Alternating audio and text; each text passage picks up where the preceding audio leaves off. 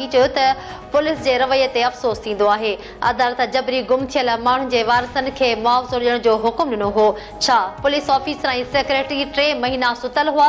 ही अदालत सां मज़ाक नाहे त ॿियो छा आहे? अदालत पुलिस खे जांच तेज़ करण जो हुकुम ॾींदे जबरी तौर गुम कयल शहरनि जे वारसनि खे मुआवज़ो ॾियण जो हुकुम ॾेई छॾियो।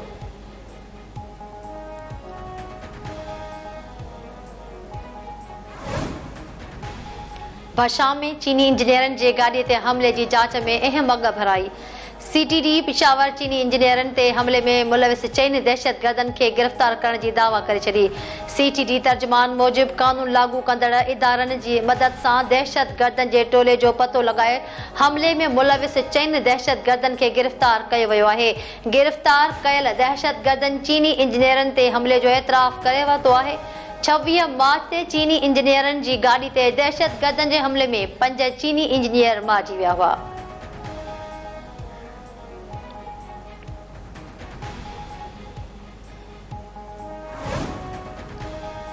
इस्लामाबाद हाई कोर्ट जे जस्टिस बाबर सत्तार ऑडियो लीक्स केस में मथसे एतराज़ करण ऐं केस खां अलॻि लाइ FIA पेमरा ऐं PTA जूं दाख़िल करायल दरख़्वास्तूं 5 लख रुपया ॾंड लॻाए ख़ारिज करे छॾियूं।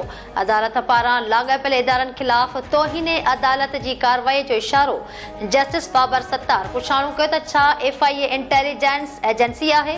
जजनि खे ब्लैकमेल करण या जजनि जे घरनि में गुझूं कैमराऊं लॻाइण में FIA जो को किरदारु आहे?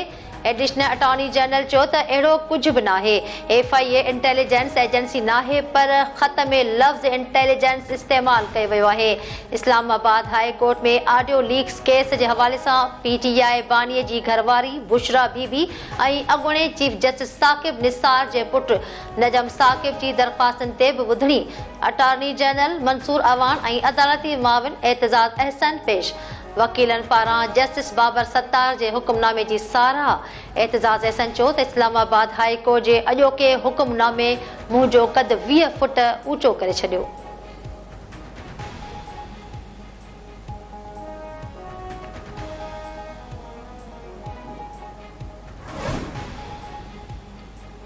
सऊदी अरब में आलमी इक़्तिसादी फोरम जे ख़ुसूसी इजलास दौरान वज़ीर आज़म शहबाज शरीफ जो माइक्रोसॉफ्ट जे बानी बिल गेट्स सां मुलाक़ात। बिल गेट्स पारां पाकिस्तान में हिफ़ाज़ती टुकनि ऐं पोलियो प्रोग्राम जी वाखाण। वज़ीर आज़म शहबाज शरीफ बिल गेट्स खे पाकिस्तान जे दौरे जी दावत बि ॾिनी।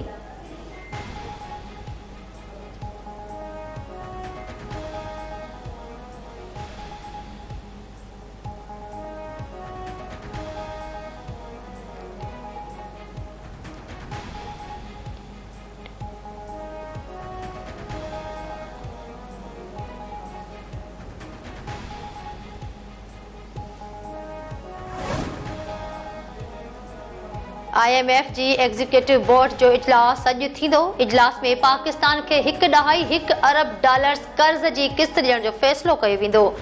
सऊदी अरब में आलमी इक़्तिसादी फोरम जे इजलास दौरान वज़ीर आज़म शहबाज शरीफ जी IMF जे मैनेजिंग डायरेक्टर क्रिस्टेलिना जॉर्जीवा सां मुलाक़ात। IMF जे हिक ॿिए प्रोग्राम जे हवाले सां होर वीचार कयो वियो। वज़ीर आज़म शहबाज शरीफ IMF जी मैनेजिंग डायरेक्टर खे पाकिस्तान जो दौरो करण जी बि दावत ॾिनी।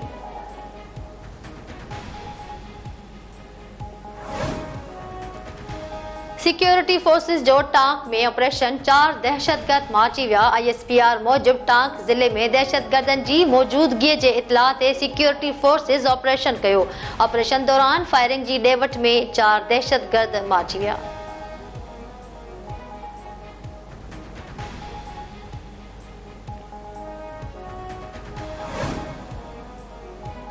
वॾे वज़ीर मुराद अली शाह चयो आहे त सिंध जे 24 ज़िलनि में पोलियो ख़िलाफ़ ख़ुसूसी मुहिम शुरू कई वई आहे। अॼु खां 3 मई ताईं हलंदड़ मुहिम में 80 लख ॿारनि खे पोलियो जा फुड़ा पीआरिया वेंदा। वॾे वज़ीर मुराद अली शाह कराची जे इलाइक़े गडाफ में ॿारनि खे पोलियो जा फुड़ा पीआरे सूबे मां पोलियो जे ख़ात्मे लाइ ख़ुसूसी मुहिम जो इफ़्तिताह करे छॾियो। सिहत वारे सूबाई वज़ीर डॉक्टर अज़रा पेचिहो ऐं सेक्रेटरी सिहत ब्रीफिंग ॾिनी। वॾे वज़ीर पारां हेल्थ वर्कर्स खे सिक्योरिटी ऐं सहूलियतूं फ़राहम करण जूं हिदायतूं।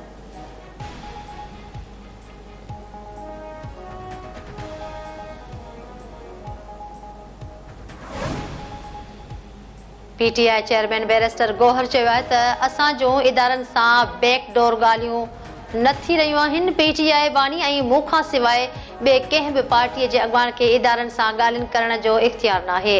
रावलपिंडी में मीडिया सां ॻाल्हाईंदे बैरिस्टर गौहर चयो त अॼु अडियाला जेल में पीटीआई बानी सां मुलाक़ात थी आहे।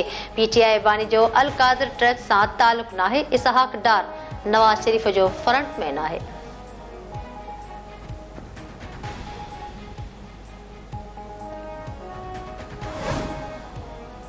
तंगवाणी में जाफरी बिरादरी जे ॿिनि धुरियुनि में हलंदड़ पुराणे तकरार तां हथियार बदन फायरिंग करे बलोचिस्तान वासी नौजवान खे क़त्ल करे छॾियो। मोटरसाइकिल सवार ॿिनि हथियार बदन बलोचिस्तान मां तंगवाणी में कंहिं कम सां आयल नौजवान अता मोहम्मद जाफरी खे गोलियूं हणी क़त्ल करण बाद फरार थी विया। लाश अस्पताल मुंतकिल।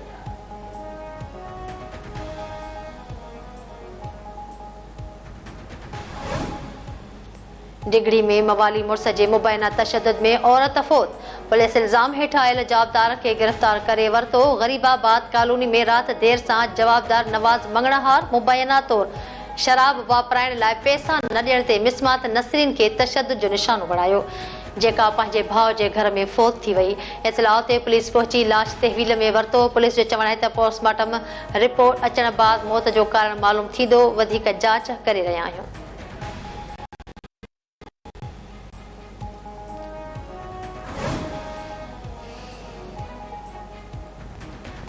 पाकिस्तान स्टॉक एक्सचेंज में रिकॉर्ड कारोबार 100 इंडेक्स 73,000 पॉइंट जी हद पार करे वियो।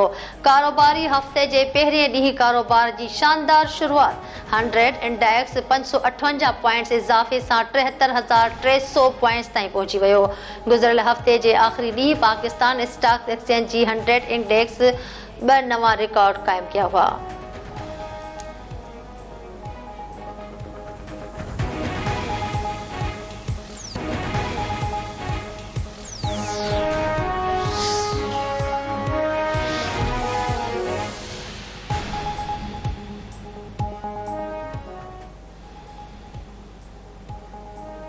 अस्सलामुअलैकुम। धरती टीवी न्यूज़ सां गॾु मां फौज़िया एजाज़। हेडलाइन्स सां वठियूं ख़बरनि अपडेट जो सिलसिलो जारी आहे। वठो था शॉर्ट ब्रेक, असां सां गॾु रहिजो।